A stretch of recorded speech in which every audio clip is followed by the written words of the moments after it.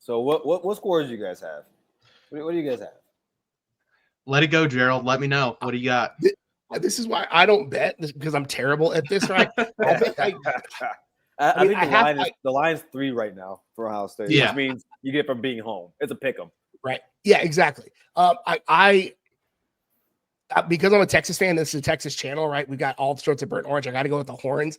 I think it's going to be a relatively low scoring game, though. I think we're looking at like a 24-21, like, that kind of game. I have them going under. I think what the line, Matt, you said was 50 and a half. Yeah. Yeah. So I think it probably goes under. Again, these are both teams that I could be completely wrong and they light up the scoreboard because they have that level of talent on the offense.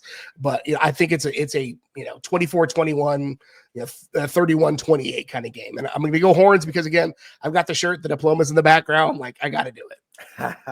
So I like being right more than picking Texas, but I'm going to pick Texas. I have money on the game already. So I'm riding with Texas here. I agree. I think it's low scoring, but I think really the difference in this game comes down to, I know it's just 2 games starting, but 2 games does matter. And this is Julian Sands' first start versus this type of opponent early on. The cohesion between the staff too from Texas compared to Ohio State. I know I think down the road, Ohio State's going to be just fine under the guys they have, but I think it's going to take a little bit of time. So I'm going to go Texas 23-17. I think it's a classic game. Unfortunately, it does suck that this game does have to be played at noon.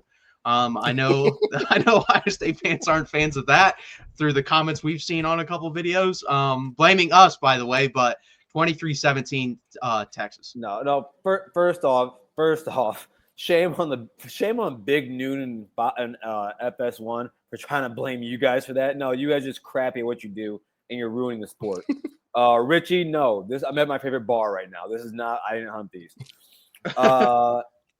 But me. So I do think it's a close game. So I don't want my score to depict what I think of the game. I think it's gonna be a low scoring game at first, but I do believe. And this is my biggest point in the game when it comes to the trenches and it comes to your guys' offensive line and it comes to your left guard and your right tackle, even though I'm a big believer in Brandon Baker. I got to see that offensive line come together first, and it's week 1, so it might be hard.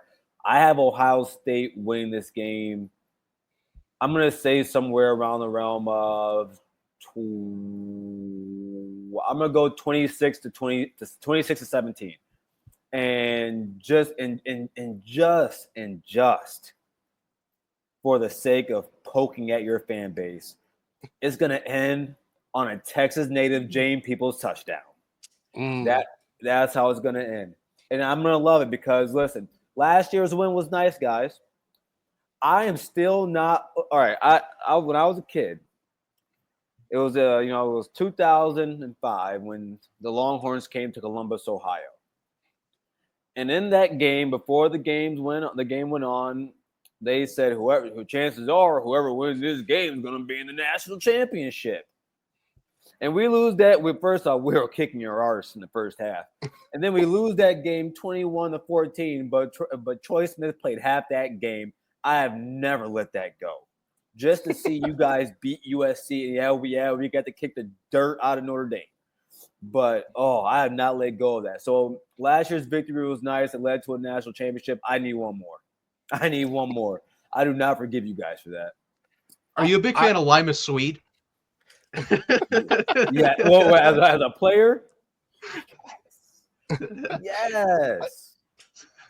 I've never felt older. I was working my college job during that game. I listened to that game on the radio because I had to work a shift at a Cold Stone Creamery, and then I shut down the store at a party in the street with people Cold after Stone that game. So good. I'm telling you, it was great. Wait! I'm sorry. I hadn't even forgotten about the loss in the Was that the Sugar Bowl? Fiesta Bowl. Fiesta Bowl. Oh my God! We were better than you guys. We were better than you guys. We were better. Oh God, I hate tech. Hey, we should have been playing. We should have been playing in the national championship that year because we got screwed from the BCS because we beat that Oklahoma team that lost to Florida. So, how do you think we feel? I don't know. You tell me. If this was the 1970s, Texas would claim that year's national championship. I'll say it like 100%. That's how Texas fans feel about it. God. That Florida team. Who you guys? 2019 UCF. Oh, come on. Hey, that's what I'm saying. If this was the 70s, right? If this was all back in the bad old days, Texas would say that. But no, man, I think that game was super fun for you. I'm not gonna be mad about it. That game was fun. And yeah, I didn't give my story. I was 8 years old that got dragged to a festival. What? I got dragged to a festival I did not want to go to because that game was on. I was still a Texas fan at that time, diehard. And I'm like, why do I have to be here? And that was like right when people had access to the internet on their phones. So I'd had to go up to people and say, what's the score of the game? What's the score of the game? I got home when the game ended, didn't see a second of it. And then when we play in the national championship, I have a bedtime. So I didn't even get to watch that game. And I'm still pissed off about it. I remind my mom every single time I see her when text on, I'm like, thanks for making me miss the best college football game that's ever been played. Thank you for that. I'm so freaking. My gosh. Before I get out of here, I will tell you though, one of my favorite times just seeing you guys lose. Me and my family are on our way to a hotel. We're on like a 4-hour drive, and there was a game. I'm like, I forgot what grade I was in, what year this was. I know you guys know what year it was, but we run into the hotel, and exactly when I get there, I see that boy Crabtree running down that sideline. That was 08. That was 08. Yeah, we beat you in the Fiesta Bowl. 08. So 08, I was an 8th grader. Yeah. Oh my gosh. I was at that game. I was filming for student media at that game. I was in the end zone. How cool was that, Gerald? How cool was that play? It took me probably 15 years to get over how truly incredible it is. Now I'm I was there for one of the best moments of all time. I'm still a little salty about it, but being on the field for an all-time moment was freaking incredible. I would have been at the bus. That's not the worst. That is not the worst play of that drive.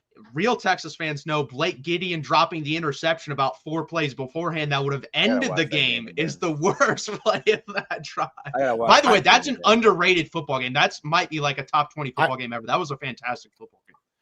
We'll let you go. I'm a truther on that game. There were fans blowing whistles in the stands, and Earl Thomas gave up on that Crabtree play because he heard a whistle and thought he went out of bounds. I'm a truther. That is my conspiracy theory, is that Earl Thomas did not make the play because he thought the whistle blew because fans had whistles in the stands. That's my conspiracy theory. No. I know what you're talking about. I agree.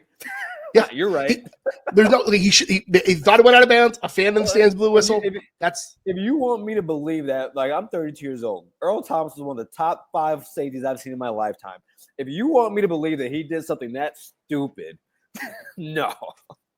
But hey, guys, appreciate you for having me on here. By the way, shout out to all you Texas fans of the boys college football. Make sure to bring the rest of your fan base over here. These guys are awesome. Joe Matthews. I appreciate you guys having me on here, guys.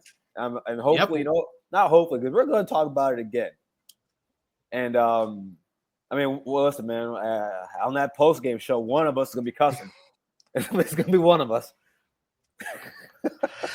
We'll find out. I'm anxious. I'm anxious. The bourbon budget is increased for September, so we can be prepared for that.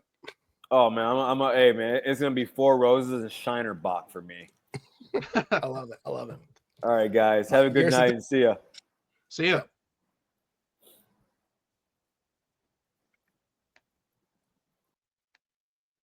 We appreciate Garrison and Ryan for stopping by, and all you guys too. We really appreciate it.